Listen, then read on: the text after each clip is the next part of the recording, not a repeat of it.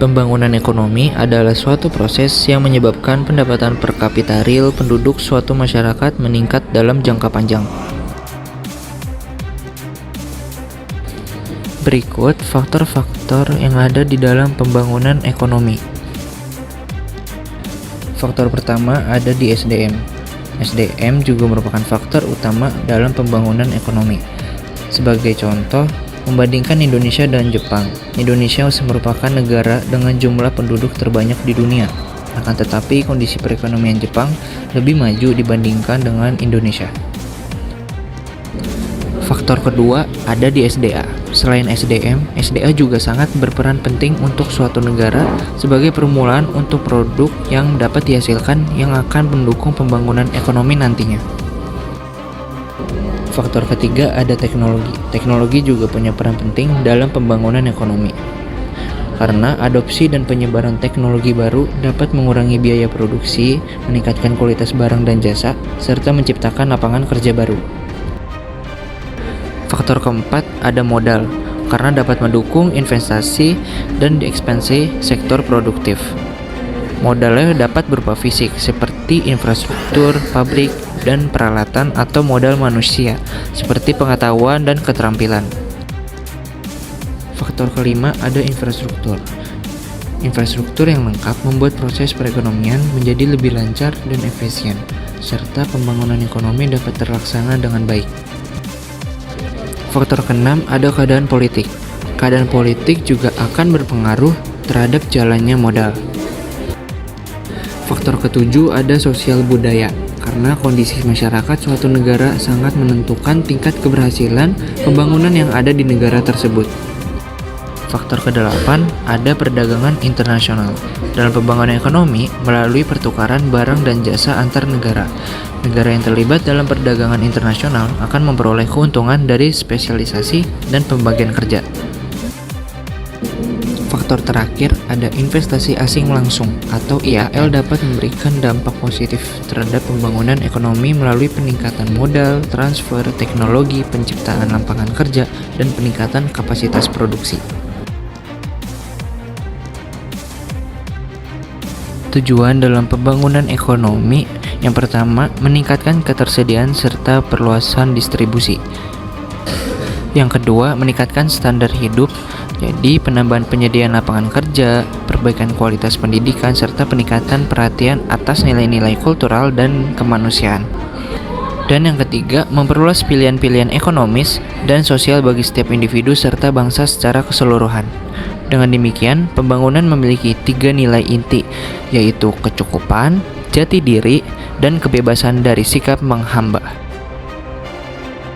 Pemerintah Indonesia memiliki rencana pembangunan ekonomi jangka panjang yang disebut Rencana Pembangunan Jangka Panjang Nasional atau RPJPN dari 2005 hingga 2025.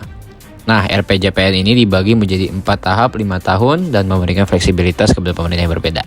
Dan pada tahun 2011, Rencana Master Plan Percepatan dan Perluasan Pembangunan Ekonomi Indonesia atau MP3EI diluncurkan untuk mempercepat pertumbuhan ekonomi melalui kemitraan publik swasta. Yang pertama, Rencana Pembangunan Jangka Panjang Nasional atau RPJPN dari 2005 hingga 2025. Adalah rencana jangka panjang pemerintah RPJPN yang ambisius ini digunakan sebagai titik tolak untuk seluruh Indonesia, termasuk pemerintah, masyarakat, dan bisnis. Untuk mencapai tujuan nasional seperti yang telah direncanakan dan diformulasikan oleh pemerintah terpilih di Indonesia. Rencana pembangunan jangka panjang ini berjalan hingga tahun 2025 dan dibagi dalam beberapa rencana berjangka menengah serta ditunjang oleh MP3EI.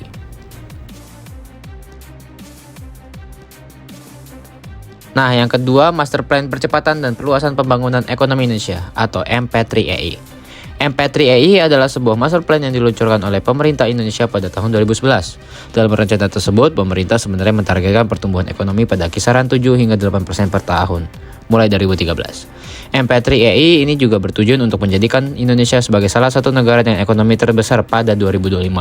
Master plan ini mencakup investasi senilai USD 470 miliar yang sebagai besar akan ditawarkan kepada swasta melalui program kerjasama pemerintah dan swasta. Berikutnya, ada pula indikator keberhasilan pembangunan ekonomi. Yang pertama, ada pendapatan per kapita. Semakin tinggi pendapatan per kapita suatu negara, maka semakin baik tingkat kesejahteraan masyarakatnya. Yang kedua, ada struktur ekonomi, di mana semakin majunya struktur ekonomi suatu negara, maka semakin baik hasil pembangunan ekonomi yang dicapai. Yang ketiga, ada urbanisasi. Indikator ini mengukur presentasi penduduk yang tinggal di kota. Semakin tinggi tingkat urbanisasi, semakin baik tingkat pembangunan ekonomi suatu negara. Yang keempat, angka tabungan.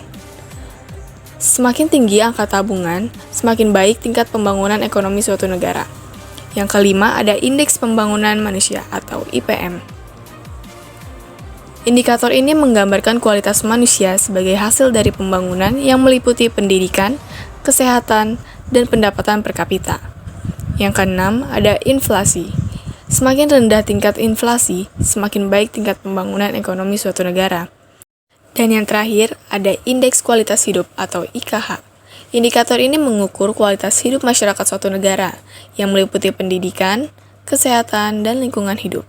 Semakin tinggi IKH, semakin baik hasil pembangunan ekonomi yang akan dicapai. Masalah-masalah pembangunan ekonomi di negara berkembang dengan solusi.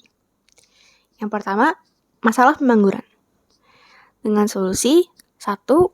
Peningkatan mobilitas tenaga kerja dan modal. Yang kedua, penyediaan informasi tentang kebutuhan tenaga kerja. Dan yang ketiga, program pendidikan dan pelatihan kerja. Masalah yang kedua adalah masalah keterbelakangan. Dengan solusi, meningkatkan kualitas SDM. Yang kedua, melakukan pertukaran tenaga ahli. Dan yang ketiga, melakukan transfer teknologi dari negara yang maju. Masalah yang ketiga adalah tingkat pendapatan rendah. Dengan solusi, 1. Meningkatkan pengolahan dan pengelolaan sumber daya alam yang ada. 2.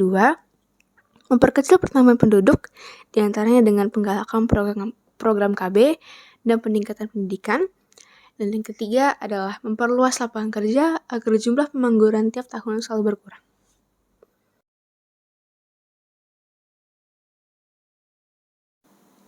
Masalah yang kelima adalah inflasi. Dengan solusi, 1. Menjaga keserasian antara laju penambahan uang beredar dengan laju pertumbuhan barang dan jasa. Yang kedua adalah politik diskonto dan bunga pinjaman. Yang ketiga adalah menjaga kestabilan nilai tukar mata uang. Masalah yang ketujuh atau masalah terakhir yaitu masalah kependudukan. Dengan solusi, 1. Mengendalikan tingkat kelahiran dengan program KB. 2. Menurunkan tingkat kematian ibu dan anak melalui program peningkatan gizi anak. Dan yang ketiga, mengadakan transmigrasi lokal maupun nasional sebagai penyebaran penduduk.